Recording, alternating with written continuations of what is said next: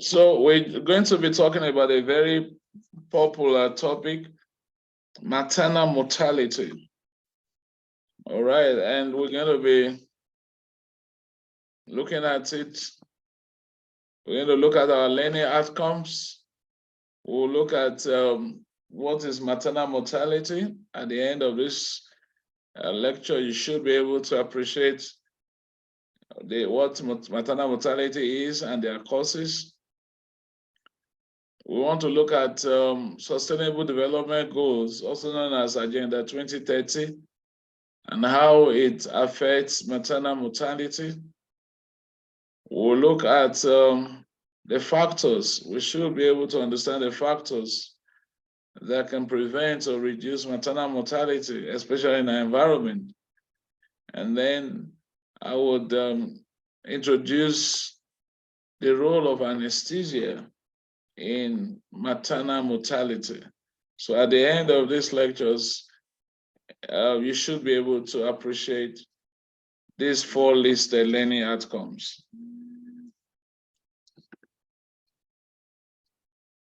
All right, the outline we'll follow is as above. All right, so according to the United Nations Population Fund, about 303,000 women die from pregnancy or childbirth-related causes, 300 every year. And this equates to one woman dying due to pregnancy causes every 2 minutes. In the developed world, the US has been rated as the country that has the highest rates of maternal mortality, all right, with maternal mortality around 18.5 deaths per 100,000 live births, the maternal mortality ratio. And this high maternal mortality ratio has been attributed to improved identification and sometimes misclassifications of maternal deaths, which may result to false positives. Interestingly and unfortunately, almost all the reported or recorded cases of maternal mortality occur in the developing countries, about 99% of them. And about half of these deaths occurred in Asia during this year, while the remaining 50,000 per year is recorded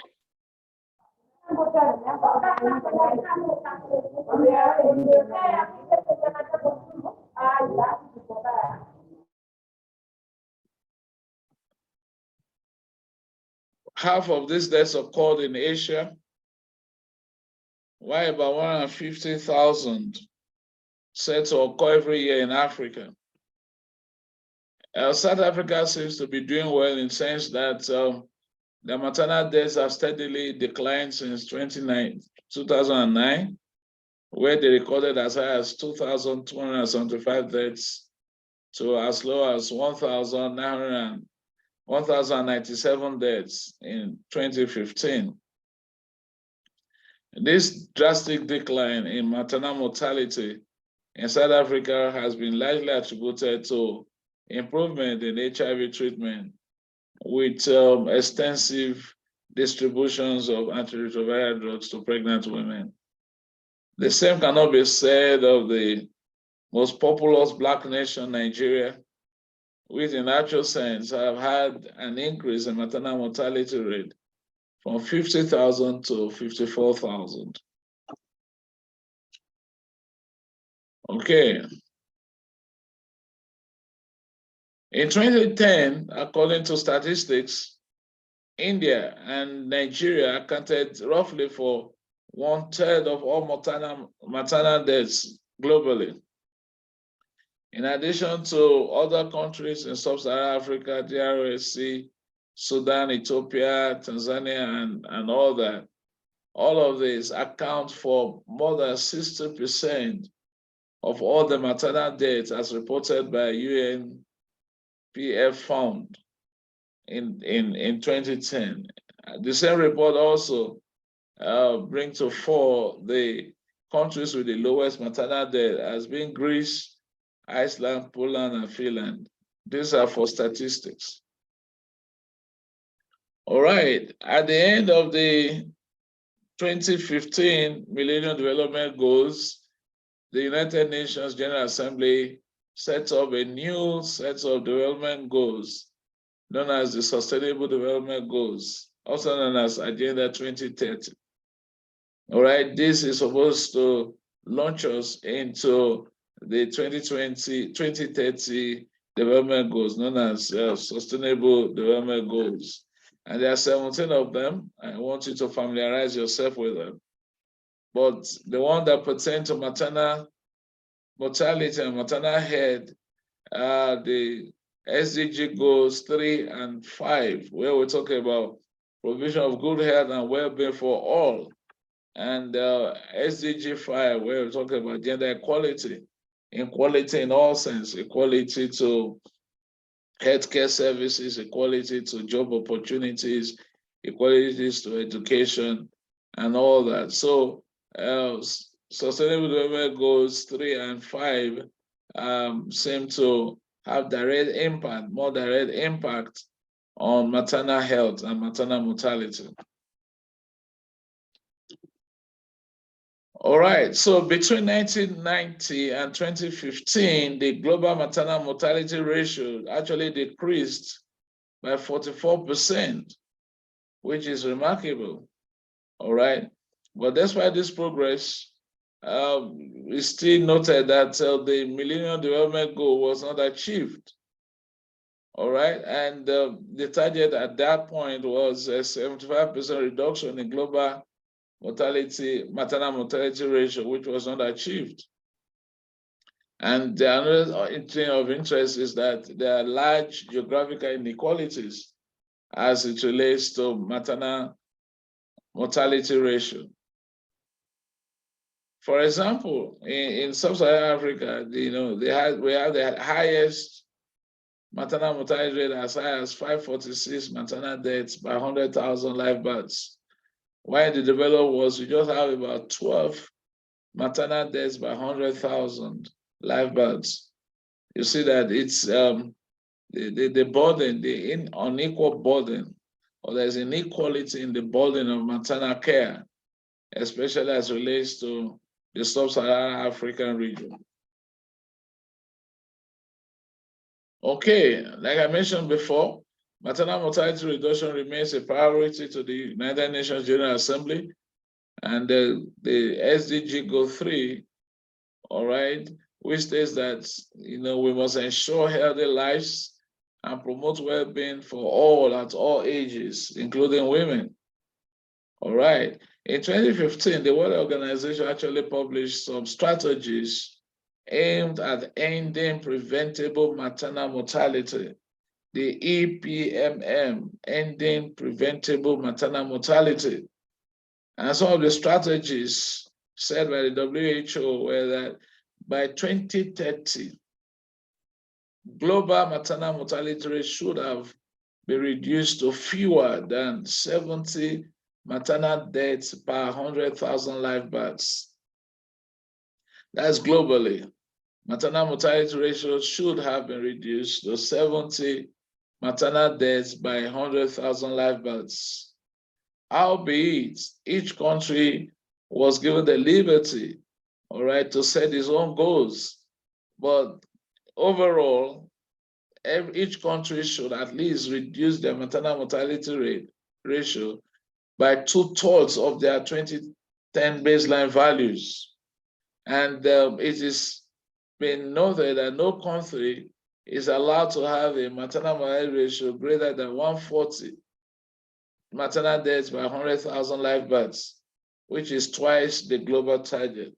The global target is fewer than 70 maternal deaths, but no country, whether you're in sub-Saharan Africa, wherever you may be, no country is expected to record more than 140 maternal deaths per 100,000 live births.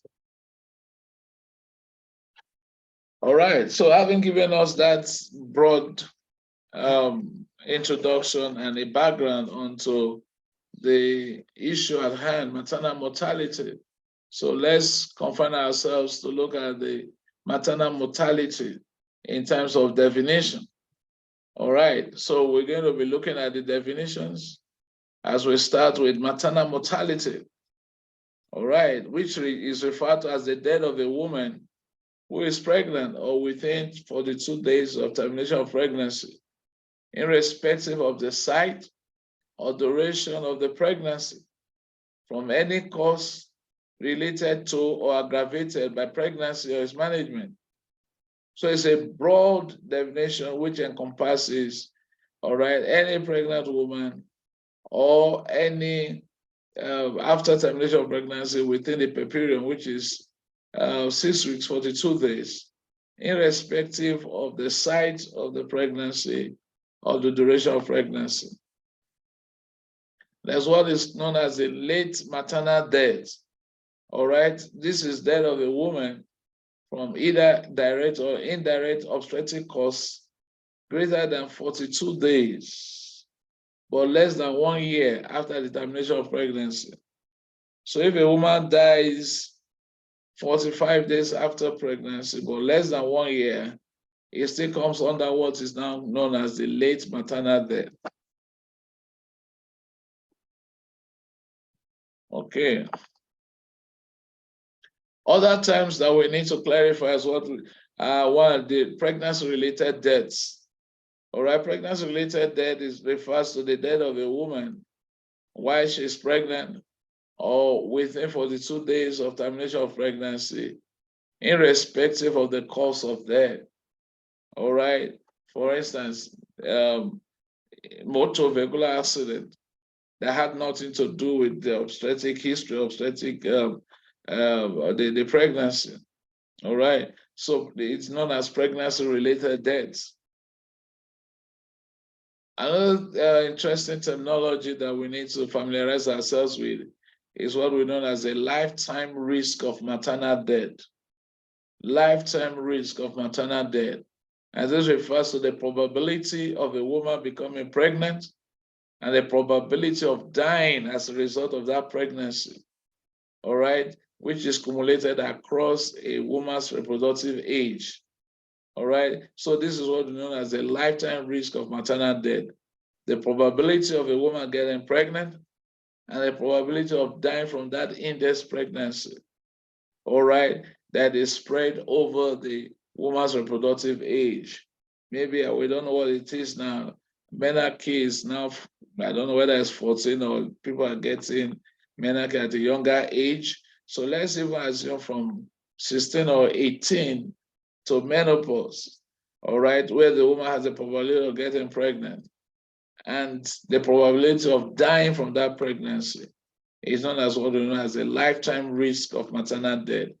And this calculated lifetime risk of maternal deaths vary from country to country and from region to region. In Africa, for instance, for every 16 women, one would die. All right. You know, the risk, the lifetime risk is 1 in 16. All right. Every time a woman gets pregnant, it has a chance of, the ratio is 1 to 16. While in Asia, all right, the lifetime risk is 1 to 132. All right, the probability that the woman will die is 1 in 132. In developed countries, you can see that the lifetime risk of women dying is about 1 in 3,000 chances. And that means that pregnancy is safer in such climes compared to Africa, Asia, and Latin America. And I don't know if that's a reason why a lot of women like to travel, all right, to developed climes, you know, when they want to get, when they are getting pregnant or when they want to achieve pregnancy. All right, there are certain measures of maternal mortality known as the maternal mortality ratio and the maternal mortality rate. All right, so maternal mortality ratio refers to the number of maternal deaths during a given year, divided by 1,000 live births during that same period. So it's the number of maternal deaths over number of live births times 1,000 population. For instance, let's say a pool has a population of 1,000 people, and in 1 year, 11 of these women become pregnant. All right, there was a reported miscarriage in one of them. 10 of these 11 who got pregnant gave birth to 10 live babies. However, one of those women who gave birth to live babies died due to complication of pregnancy. So calculate the maternal mortality ratio. You'll find that there is about 10%, 1 out of 10. All right, so in a pool, for instance, maybe with a population of 1,000 people, the maternal mortality ratio, all right, with 10 women given birth and 1 dying is about 1 out of 10, which is 10%.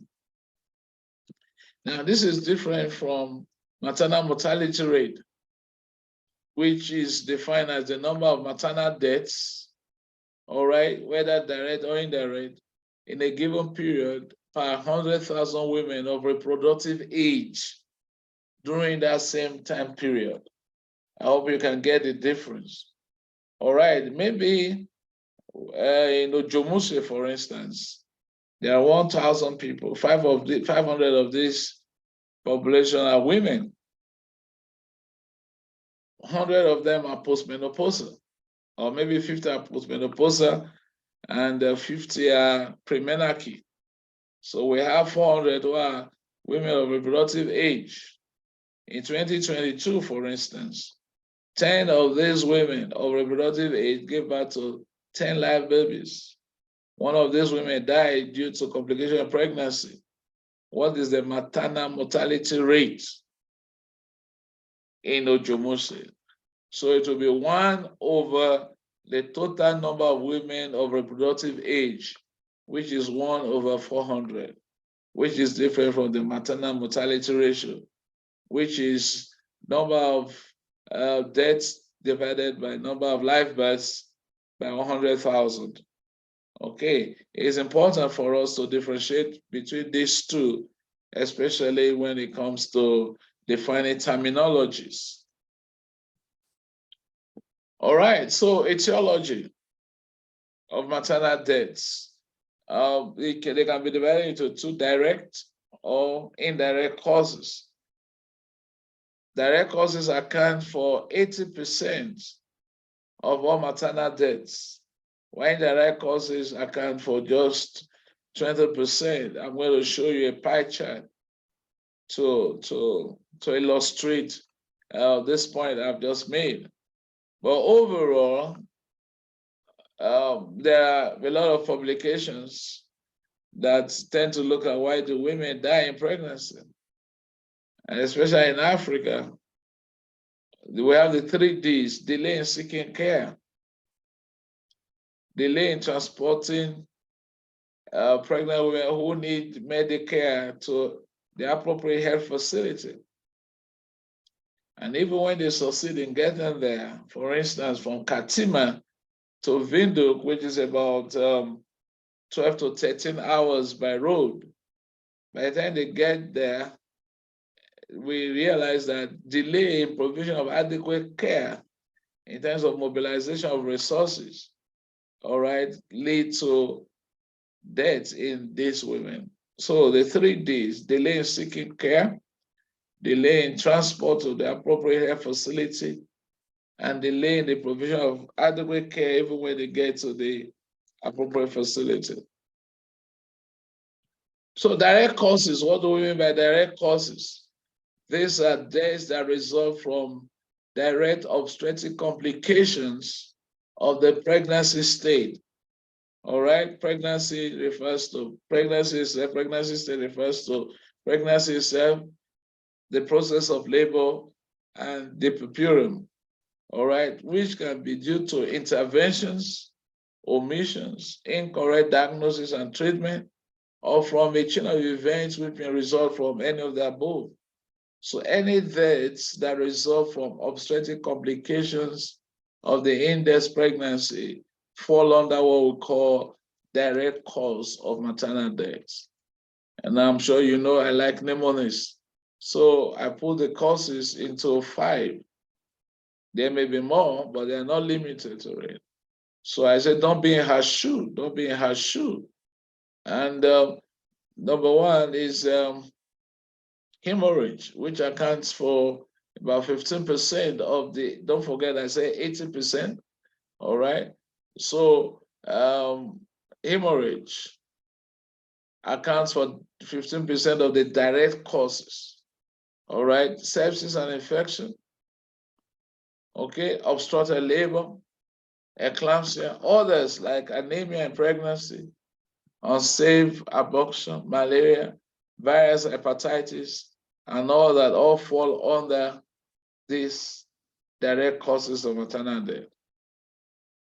Indirect causes, all right, this result from previous or premorbid condition of the patient or diseases or conditions that develop during pregnancy but had nothing to do with the pregnancy but was aggravated.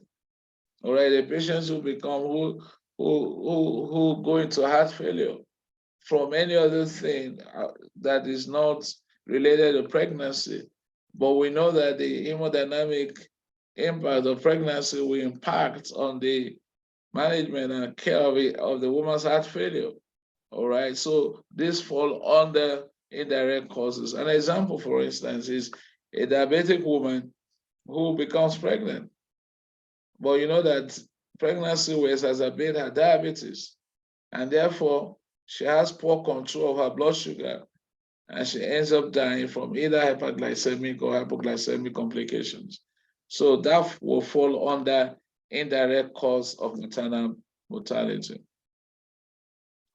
All right, I also put this etiology of indirect causes into social factors, illiteracy, and that's one of the things, access to gender equality, access to education, all right, gender-based violence, all right, lack of antenatal care, this has to do with government, all right, lack of antenatal care, lack of emergency obstetric care, and maybe lack of blood or hematological services, all right. Then economical, which can be due to poverty, all right, lack of transport or malnutrition and all that. So this will fall under indirect causes. Now, this is the pie chart I was talking to you about, okay? Now, this kind of slightly differs, all right? Hemorrhage accounts for 15 to 24%, all right, which is the highest. Then other direct causes, indirect causes will account for about 20% of the etiologies of maternal mortality. So from time before now, the WHO and United Nations have put up strategies at preventing or actually reducing maternal mortality ratio. All right. If you remember the Safe Motherhood Initiative, all right, in the late 80s, early 90s, all right, which actually was intended to bring to the fore the magnitude of maternal mortality, especially in sub-Saharan Africa and developing countries. All right, a lot of other preventive strategies and interventions have been put in place. And all of this, one of them is safe abortion practices. And I remember that in our environment, the government had initiated some moves at legalizing abortion, and there have been some resistance here and there for various reasons. But on safe abortion, people can get access to safe abortion, especially on demand, and have been found to be responsible for some levels of maternal mortality. So safe abortion practices involve not just inducing abortion, but contraceptives, All right, abstinence, for instance, all right, should be taught. Okay, health infrastructure, improving health infrastructure and care delivery. And this has to do with not just the facilities, not just the infrastructure, so to say. We're talking about empowering, the healthcare workers in terms of training. And I think we've done well in Namibia because we have quite a number of specialists now who have been trained to deliver tertiary care to our pregnant population. So improve that for infrastructure. And this is a chain, has to do with improved obstetric emergency care, has to do with provision of blood, especially for postpartum hemorrhage and all that, provision of high dependency unit and intensive care, also the intensive care for patients who will need it. All right. Others like prevention of anemia, adequate nutrition. All right. Adoption of small family unit instead of giving birth to hundreds of children that you can take care of. And it's been said that the age of pregnancy, all right, some of the Safe Motherhood Initiative program was aimed at not getting pregnant after 35. All right, elderly priming or elderly obstetric patients comes with their own risk. So these are some of the interventions, all right, aimed at reducing education, eradication of poverty, all right, women empowerment and gender equality, like I mentioned before. All these are factors that have been put in place as intervention strategies to reduce or prevent maternal mortality. All right, there are some studies that I brought out here, all right, that deal with anesthesia-related maternal mortality. As an anesthetist, we are familiar with some of the peculiarities of caring for the pregnant women during the perioperative period. All right, and it's women that due to anesthesia-related causes, and in Oklahoma and in marriage, these are people I know very well. All right, published a paper as far back as 2006, where they looked at factors that were associated with anesthesia-related maternal mortality in a tertiary hospital in Nigeria where I once worked. And the papers identified 3 major anesthesia-related causes to maternal mortality. What they did in this study was to just look at the number of women who died during the study period, and they were able to look at those who were purely related to anesthesia. All right, and they found that 3 of these causes are difficult airway. And you and I know as anesthetists that the pregnant woman has difficult airway. Inadequate supervision of trainees was identified as one of the causes of anesthesia-related maternal mortality. And lack of appropriate monitors. I was joking with not really joking, I was just telling some interns recently that those days when I started training, after you have intubated your patient, we didn't have, what's it called, the capnograph and all that. After you have intubated, you are waiting on the surgeons to put knife on skin, and you're asking, how's the color of the blood? And when they say, the blood is good, it's pink, you're happy. But you can imagine if all you need to monitor whether you have proper placement of a ventricular tube is waiting for the color of the blood. By the time the color becomes dark, you've lost the patient. So lack of appropriate monitors during the perioperative period was identified as one of the causes of anesthesia-related mortality in this study.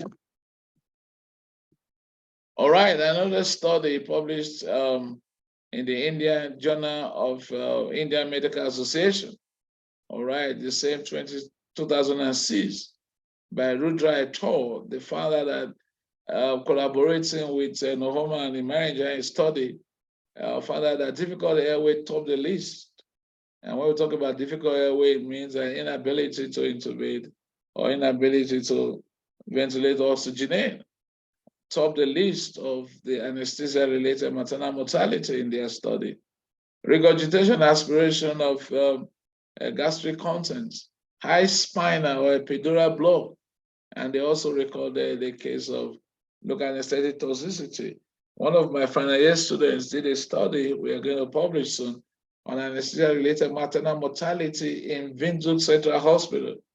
And for the duration of 5-year study, we noted one anesthesia-related maternal mortality, which was reported to be due to local anesthetic toxicity.